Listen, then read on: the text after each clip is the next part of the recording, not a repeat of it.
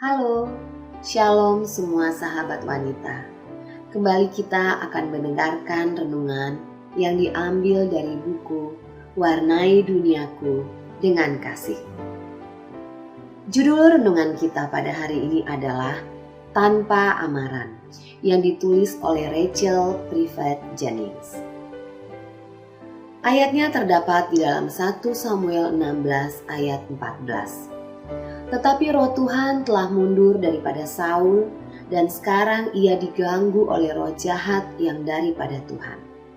Kemudian ayatnya terdapat juga dalam 1 Samuel 19 ayat 9 dan 10. Tetapi roh jahat yang daripada Tuhan hinggap pada Saul, ketika ia duduk di rumahnya dengan tombaknya di tangannya, dan Daud sedang main kecapi. Lalu Saul berikhtiar menancapkan Daud ke dinding dengan tombaknya. Tetapi Daud mengelakkan tikaman Saul, sehingga Saul mengenai dinding dengan tombak itu. Sesudah itu, Daud melarikan diri dan luputlah ia pada malam itu. Kita mendengarkan penjelasannya. Dimulai pada malam sebelumnya atau melakukannya.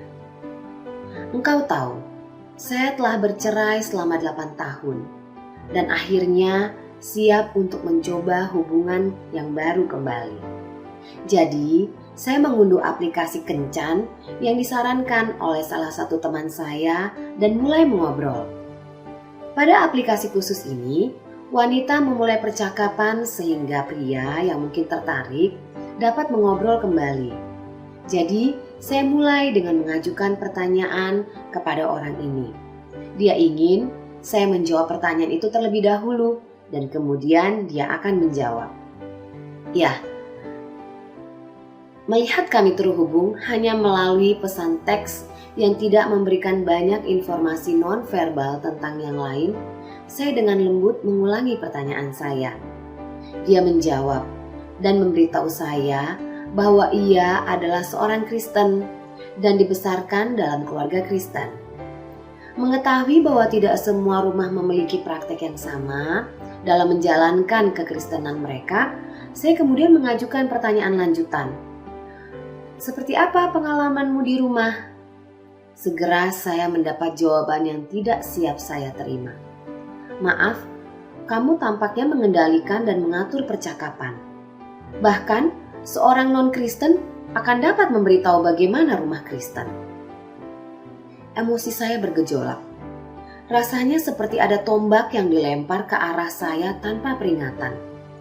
Dia tidak mengenal saya, dan dia membuat penilaian sebagai gantinya mengajukan pertanyaan.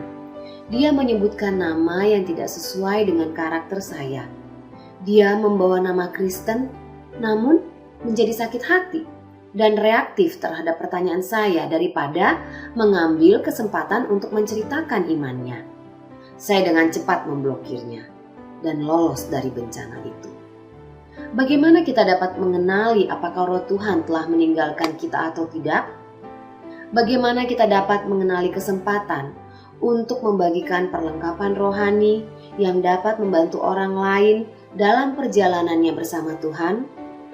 Engkau tidak pernah tahu siapa yang mungkin membutuhkan apa yang engkau miliki, atau siapa yang mungkin terluka oleh kenyataan bahwa engkau tidak memastikan bahwa roh Tuhan masih bersamamu.